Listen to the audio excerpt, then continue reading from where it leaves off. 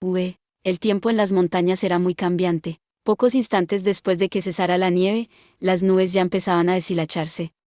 La niebla, sin embargo, se hacía cada vez más espesa, convirtiéndose en una muralla que no les dejaba ver mucho más allá de sus propias narices. Visibilidad, 1 metro. Fabio, Tiziano, permiso para utilizar los sensores de infrarrojos. Cuidado con caerse. El estrecho camino estaba flanqueado por paredes escarpadas que caían en diagonal. Avanzando con cuidado para no resbalar en la nieve congelada, el alférez Etari Berlusconi lideraba el avance de sus hombres con precaución. Los trajes de combate Sansón del ejército vaticano que manejaban tenían los mejores sensores de equilibrio imaginables. Los esquís autopropulsados llevaban a los gigantes mecánicos a 20 km/h, pero ninguno de los trajes había caído ni una sola vez durante la escalada. La consecuencia negativa de aquello, por otra parte, era que se habían alejado mucho del grueso de su unidad. ¿Estáis seguro de que podemos avanzar tanto nosotros solos, señor? ¿No estamos desobedeciendo las órdenes recibidas si seguimos adelante? No hay de qué preocuparse. El enemigo no es más que una masa de civiles desarmados, respondió, cortante, el alférez ante las dudas del cabo Fabio. Nosotros 3 solos nos sobramos para aniquilarles. Eso de la maniobra envolvente es una exageración.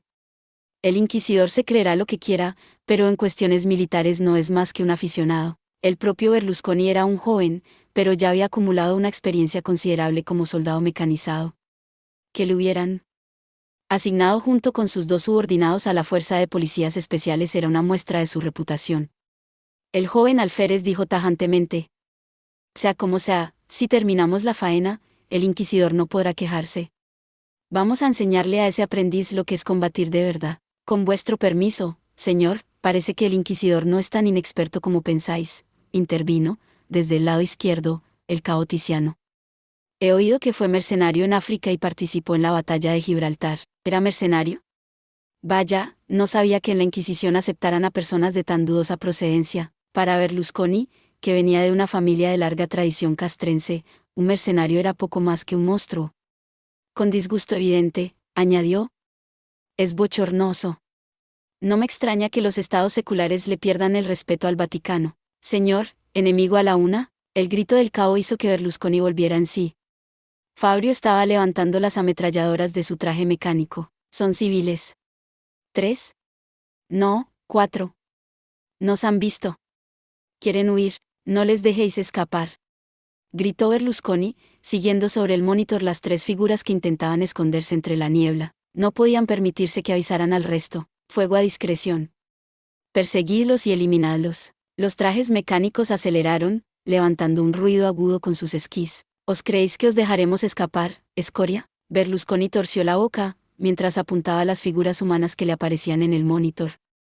La potencia de combate de los trajes mecánicos, una de las tecnologías perdidas que había sido posible recuperar, era el equivalente a la de un vampiro. Un ser humano desarmado no tenía ni la menor posibilidad de salir con vida de un encuentro con ellos. El alférez posó tranquilamente el dedo sobre el gatillo, que, antes de que pudiera disparar, una violenta sacudida sorprendió al soberbio soldado. Algo se había enredado en las piernas de los trajes. Cuando se dieron cuenta de que habían tropezado con un fino alambre tensado sobre el camino, los 3 trajes ya estaban rodando por la nieve. Es una trampa. Rugió Berlusconi, violentamente, mientras arrancaba el alambre. Los trajes no habían sufrido daños, pero aquello le había tocado el orgullo. Pagaréis por esto. Os mataré a todos, señor, el enemigo. ¿A las 3? No, a las 9. El alférez volvió a su mirada sedienta de venganza hacia el monitor. A través de la niebla habían aparecido numerosas figuras. Parecían ser todos civiles. Llevaban escopetas de caza y cócteles Molotov. ¿Dónde se había escondido esta chusma? Los sensores de infrarrojos no han indicado nada. Tranquilo, Tiziano. No son más que morralla civil. Desplegaos para dispersarlos. Entonces, empezó el fuego enemigo. De las posiciones excavadas en la nieve, cayó una lluvia de balas sobre ellos. Sin embargo, los proyectiles no hicieron más que rebotar sobre el blindaje de los soldados. Observando el brillo de los disparos en el monitor, Berlusconi rió con soberbia. ¿Creéis que podéis hacernos algo tirándonos esas peladillas, idiotas? ¿Qué es eso? Por alguna extraña razón, el color gris del traje metálico se estaba volviendo negro. El barro del suelo se le había pegado por toda la estructura. ¿Barro? No, es No hubo tiempo de investigar qué era aquel barro. Señor, enemigo a las 10. Frente a Berlusconi había aparecido la figura de un enemigo. Era un hombre enorme envuelto en un hábito desordenado, un hombre moreno que disparaba ágilmente un arma de gran tamaño. El fogonazo de la pistola de señales hizo que todo se volviera blanco para Berlusconi. El barro que embadurnaba al traje mecánico prendió fuego. Las llamas de 1.000.000 de grados habrían producido daños incluso en un carro de combate, pero esos trucos no me hacen nada. Rió, de forma implacable, Berlusconi, erguido entre las llamas. Pese al fuego que los rodeaba, ninguno de los 3 soldados mecanizados perdió ni un centímetro de su posición. Su blindaje estaba preparado para resistir explosiones de napalm. ¿Cómo habían pensado que podían dañarlos con aquello? Es una lástima que no seáis capaces de hacer nada mejor. Berlusconi se giró hacia la izquierda sin ninguna prisa y apuntó sus cañones sobre el hombre. Señor, a las 2, una bola de nieve, ¿una bola de nieve? Repitió, extrañado, el alférez, ante el grito del cabo Fabio. Al volver la mirada, Berlusconi comprobó que efectivamente una masa blanca caía rodando por la pared de su derecha. Era una bola de nieve de unos 2 metros de diámetro. ¿Ahora me vienen con bolitas de nieve? Si es que con novatos como estos, refunfuñó el alférez. Al impactar sobre ellos, la nieve hizo que se extinguieran las llamas que los envolvían. Vaya, aún os tendré que dar las gracias. Nos ha ido perfecto para el fuego, esto. Entre el vapor blanco que se elevaba del traje, Berlusconi maniobró con los cañones. Apuntando el gigante enemigo apretó el gatillo y los cañones permanecieron en silencio. No puede ser. ¿Se ha acabado el cargador? Aquello era imposible. Pero por mucho que apretara el gatillo, los cañones seguían sin disparar. Y no parecían ser solo las armas lo que no funcionaba. Señor, el traje no se mueve. Al oír el grito de su subordinado, Berlusconi se dio cuenta de que a él le pasaba lo mismo. El traje no se movía. Aunque intentara hacer maniobrar a toda potencia los músculos mecánicos instalados bajo el blindaje, las máquinas de matar estaban completamente inmóviles. El barro de antes, una mezcla de arenas de alquitrán y queroseno, había hecho algo más que arder. Las elevadas temperaturas habían derretido las arenas de alquitrán y, convertidas en líquido, éstas se habían filtrado por las articulaciones de los trajes de combate. La nieve había hecho que se solidificaran de nuevo, de manera que las articulaciones se habían quedado pegadas. Señor, a la derecha. Mientras hacía todo lo que podía por salir de aquel estado, un grito funesto apeló al alférez. Los civiles bajaban por la pendiente empujando algo. Parecía ser una de las vagonetas que se usaban en las minas y estaba llena de dinamita. Evacuación inmediata de todas las unidades. Al ver las mechas chisporroteantes, Berlusconi apretó el acelerador con todas sus fuerzas para intentar huir de aquella trampa diabólica, pero los esquís seguían pegados al suelo helado. Por suerte, el fuego había derretido el alambre de antes. Con un movimiento seco, el alférez logró que su traje de combate se impulsara para caer hacia adelante. Señor, ayúdame. Berlusconi no se giró pese a los gritos de sus subordinados, que hicieron retumbar la tierra. Malditos. Me la habéis jugado. Rugió, con los brazos extendidos. Por querer llevarse toda la gloria, había perdido a sus hombres. El menos no se marcharía sin aniquilar aquella chusma. Maniobrando como puedo, se dejó caer sobre el gigante del hábito, pero el hombre ni siquiera intentó apartarse. Al contrario, podría haberse dicho que incluso sonreía con más satisfacción. Los hemos limpiado a todos menos uno. Veo que aún me falta algo de entrenamiento. La voz que captaron los micrófonos del traje era una mezcla de queja y risa burlona. En el monitor se podía ver al hombre murmurando para sí. Por eso, encárgate tú de él, samurái, comprendido. Cuando resonaron aquellas 2 voces, una explosión de luz cegó al alférez. Han sido identificados los cadáveres de los cabos Fabio y Tiziano. El traje de combate del alférez Berlusconi ha aparecido partido por la mitad. Todo parece indicar que ha sido tomado prisionero. Sobre el suelo calcinado estaban esparcidos pedazos irreconocibles del traje de combate. Haciendo una señal hacia los soldados que los recogían, el brigada explicó. No hay duda de que la columna fue sorprendida por el enemigo. Es humillante perder así a soldados tan valiosos, da lo mismo. Casi deberíamos alegrarnos de que nos hayan librado de ellos. Arrodillado sobre el suelo, el hermano Mateo tenía una expresión serena que contrastaba con el sufrimiento del veterano oficial. Examinando la trinchera que el enemigo había cavado en la nieve para camuflarse antes de la emboscada, el inquisidor se encogió de hombros. No se puede decir que Berlusconi fuera un soldado demasiado brillante. No me importa haberle sacrificado a cambio de descubrir con quién nos las estamos viendo. Fijaos en esto, dijo Mateo, ante la mirada confusa del brigada. La trinchera está cavada en diagonal y amparada por una profunda zanja. Esto es para protegerse de las granadas de mano.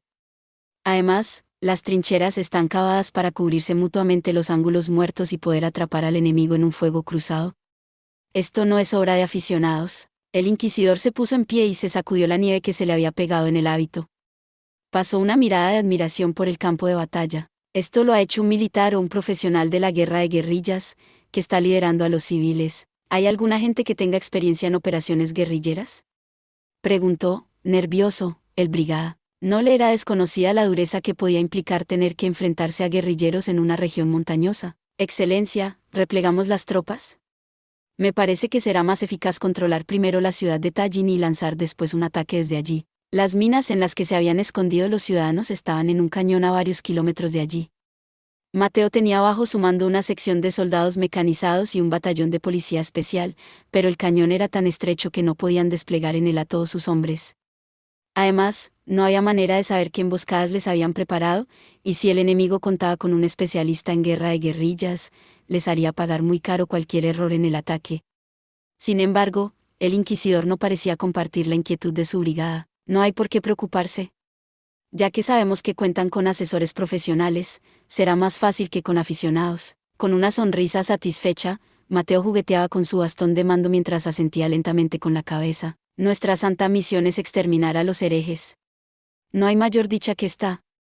No me marcharé de aquí hasta haber eliminado a los agentes y a todos aquellos que les apoyan. Parece que el líder de los enemigos es del mismo ramo que yo, dijo León hacia Julius, nada más bajarse del vehículo blindado. Es un guerrero, y de primera clase.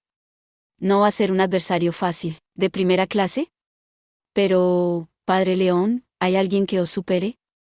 Ha sido increíble cómo habéis derrotado a los 3 trajes de combate, dijo el aristócrata, admirado, observando el paisaje nevado. A la boca de las minas, los ciudadanos estaban dando una bienvenida triunfal a los héroes de la inesperada victoria.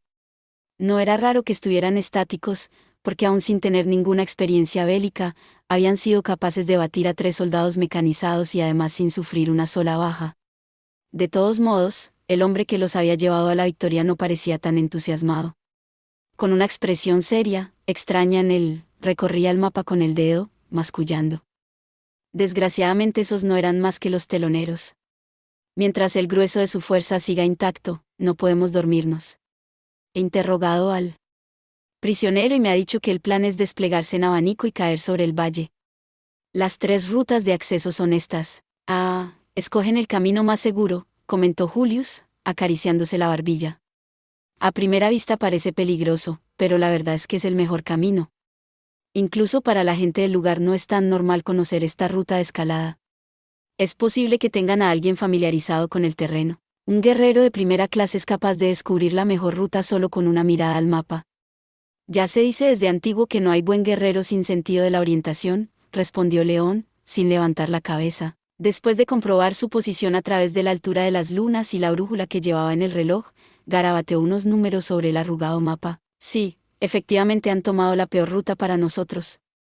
No hay duda de que nos enfrentamos a un guerrero de primera clase, y además con mal genio. Padre García, dijo una voz a su espalda. Al girarse se encontró con el sacerdote de cabellos largos, que se acercaba a la cabeza de un grupo de ciudadanos equipados con palas. Hola, samurái. ¿Ya habéis terminado? Sí. Lo hemos hecho como nos habéis indicado, respondió brevemente Uge, clavando su pala en la nieve. No creo que haya ningún problema, pero por si acaso será mejor que le echéis una mirada. ¿De qué habláis, exactamente? Preguntó Julius hacia el espadachín envuelto en barro. ¿Qué estáis planeando, padres? Una sorpresita para recibir a nuestros visitantes, respondió el sacerdote moreno, sonriendo con aire burlón, mientras Uge examinaba el mapa. El enemigo dispone de 500 hombres y 3 soldados mecanizados más. No nos podemos enfrentar a ellos directamente. Por eso, antes de que lleguen aquí vamos a preparar un pequeño show, Excelencia. Excelencia. Entonces, fue cuando resonó un grito apremiante a sus espaldas. Al girarse vieron a un hombre de mediana edad que llegaba corriendo casi sin aliento. ¿Sergei? ¿Qué ocurre? ¿A qué viene tanta prisa? Cayendo de rodillas ante Julius, el dueño del hotel empezó a hablar a gran velocidad, casi sin respirar. Los vigías dicen que el enemigo. El enemigo se retira. ¿Que se retira? Julius puso los ojos como platos. Sin girarse hacia los sacerdotes, que cruzaron también una mirada de sorpresa, preguntó al mensajero. ¿Estás seguro de eso? Sí. Los soldados están recogiendo el equipo y empezando el repliegue. Lo hemos conseguido, Excelencia. Hemos ganado. Gritó con alegría el hombre, como a punto de ponerse a bailar. A medida que la noticia se fue extendiendo entre los ciudadanos, el valle se llenó de gritos de júbilo. Sin embargo, a espaldas de Julius, se oyó una voz ronca y malhumorada, que contrastaba con el alborozo general. Esto no me gusta nada. León parecía preocupado, como si se hubiera encontrado a un timador que ya conocía. Lanzando una mirada severa sobre los jubilosos ciudadanos, comentó. Perder 3 soldados mecanizados no es moco de pavo, pero tampoco es para darse media vuelta con el rabo entre las piernas. A ver, buen hombre, ¿qué hacen los 3 trajes de combate que les quedan? ¿Sabemos con certeza dónde se encuentran, los trajes? Son los primeros que han desaparecido, respondió Sergei, como ofendido porque alguien ponía en duda las buenas noticias que había traído. Los estarán subiendo a las aeronaves, imagino. Los soldados mecanizados han sido los primeros en desaparecer. León se rascó la barbilla sin hacer ninguna pregunta más y se quedó pensando mientras jugueteaba con la barba descuidada. En una retirada de manual, las unidades más potentes siempre se colocaban a la cola.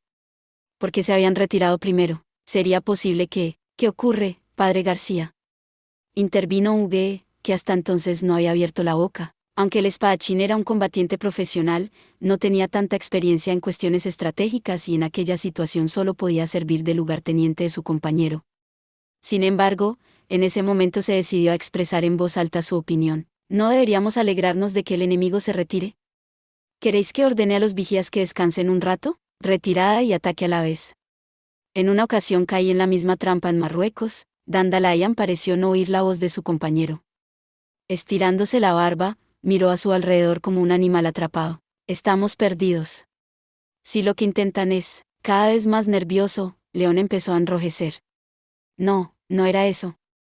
Era una columna de fuego que se había elevado desde una esquina del valle, tiñendo el aire del rojo de la sangre. Maldita sea. Nos la han jugado. Mientras el gigante moreno lanzaba maldiciones, unas funestas sombras aparecieron en medio de los ciudadanos. Eso es todo por este video. Espero que hayas disfrutado de la narración de esta emocionante novela web o ligera. Si te gustó el video y quieres ver más contenido como este, te invito a que te suscribas y le des me gusta al video. De esta manera, me ayudas a crecer y a seguir compartiendo historias emocionantes contigo. No te pierdas ningún video más. Gracias por tu apoyo.